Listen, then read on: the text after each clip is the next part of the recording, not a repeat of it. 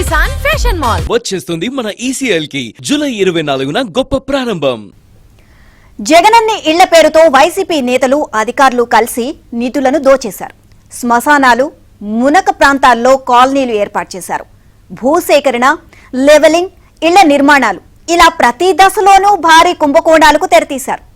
ఇతర శాఖల నిధులను మళ్లించి దోచుకు తిన్నారు. బడాబాబులు, వైసీపీ నేతలు ప్రభుత్వ ఉద్యోగులకు విలువైన 2 స్థలాలు కేటాయించారు. నెల్లూరు జిల్లాలోనే 500 కోట్లకు పైగా అవినీతి కళ్లకు కడుతోంది. పూర్తి వివరాల్ని ఏబిఎన్ ఫోకస్ లో ఇప్పుడు చూద్దాం.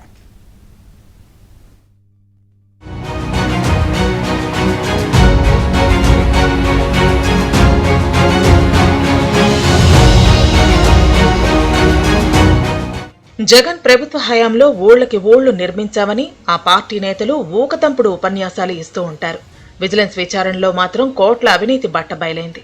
జనమేమో ఇళ్లెక్కడా, ఈ ఇళ్లలో ఎలా ఉండాలని ప్రశ్నిస్తున్నారు. ఏ క్షణాన కూలిపోతాయో తెలియని ఇళ్లలో మీరైతే ఉంటారా అని నిలదీస్తున్నారు.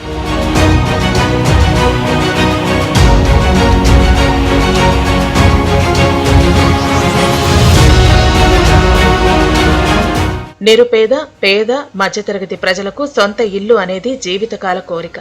ఒక ఇల్లు ఉంటే చాలని అందరూ ఆశిస్తారు. ప్రజలను ఆశల పల్లకీల్లో ఊరేగిస్తూ వైసీపీ నేతలు, నాటి ప్రజాప్రతినిధులు ఇష్టారీతిన దోచేశారు. భూముల కొనుగోలు, జంగిల్ క్లియరెన్స్, లెవెలింగ్ మెటీరియల్ కొనుగోలు, లబ్ధిదారుల ఎంపిక, ఇళ్ల నిర్మాణాలు ఇలా ప్రతి దానిలోనూ దొరికినంత దోచేశారు. పందికొక్కుల్లా కోట్ల రూపాయలు బొక్కేశారు.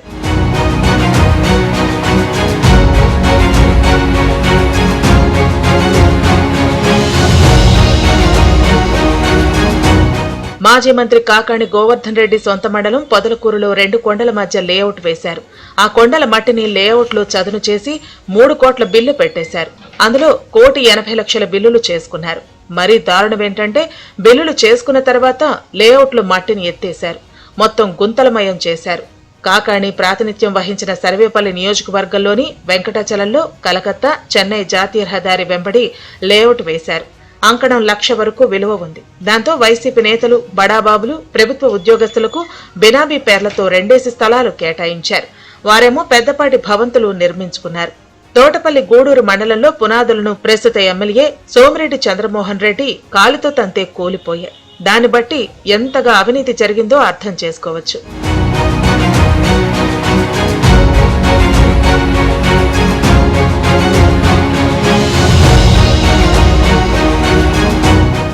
మరో మాజీ మంత్రి అనిల్ కుమార్ ప్రాతినిధ్యం వహించిన నెల్లూరు సిటీలో పెన్నా నది పక్కన లేఅవుట్ వేశారు.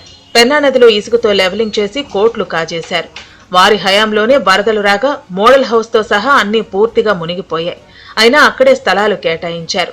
ఒక్కో లబ్ధిదారుడి నుంచి 1,80,000 పొంది ఘోరంగా ఇళ్లు నిర్మించారు. వైసీపీ నేతలే కాంట్రాక్టర్ల అవతారం ఎత్తి పిచ్చుకుగూళ్ల కంటే ఘోరంగా నిర్మించారు. ప్రాణాలు పణంగా పెట్టి అక్కడ ఉండలేమని చాలా మంది లబ్ధిదారులు ఆ ఛాయలకి వెళ్లటం లేదు. అతి కొద్ది మంది అష్ట కష్టాలు పడుతూ ఉంటున్నారు. మాజీ మంత్రి నల్లపరెడ్డి ప్రసన్న కుమార్ రెడ్డి అప్పట్లో జెడ్పీ సమావేశంలో జగనన్న ఇళ్లలో ఎలా ఉంటారని ప్రశ్నించారు. 6 అంకణాల ఇళ్లలో ఎలా కాపురాలు చేయాలని నిలదీశారు.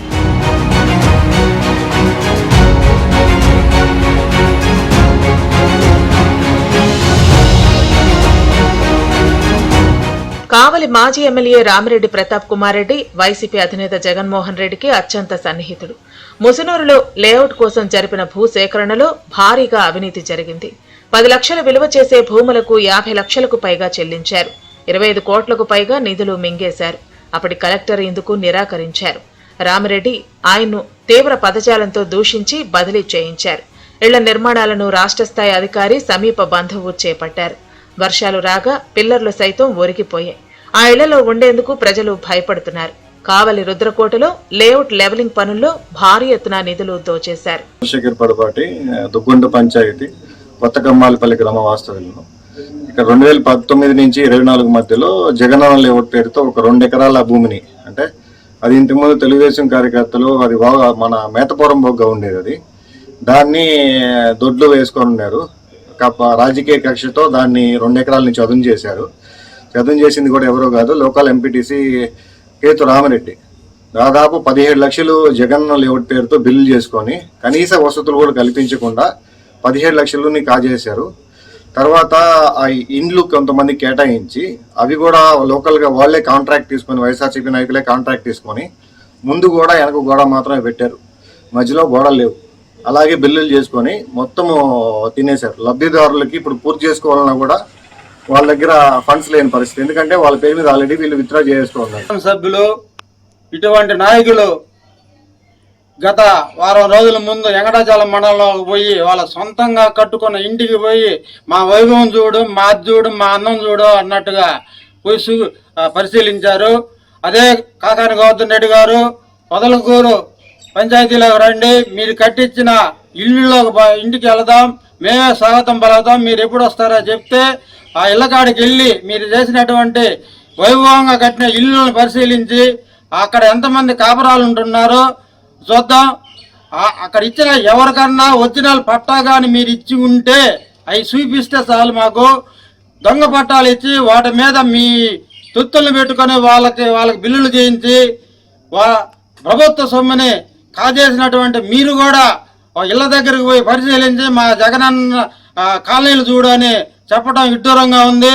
నెల్లూరు జిల్లాలో 1170 లేఅవుట్లు వేశారు. 30 మండలాల్లో 485 లేఅవుట్లపై ఇటీవల విచారణ జరిగింది. ఒక్క లెవెలింగ్ లోనే 80 కోట్లు వెచ్చించగా 60% నిధులు గోల్మాల్ అయినట్లు నిర్ధారించారు.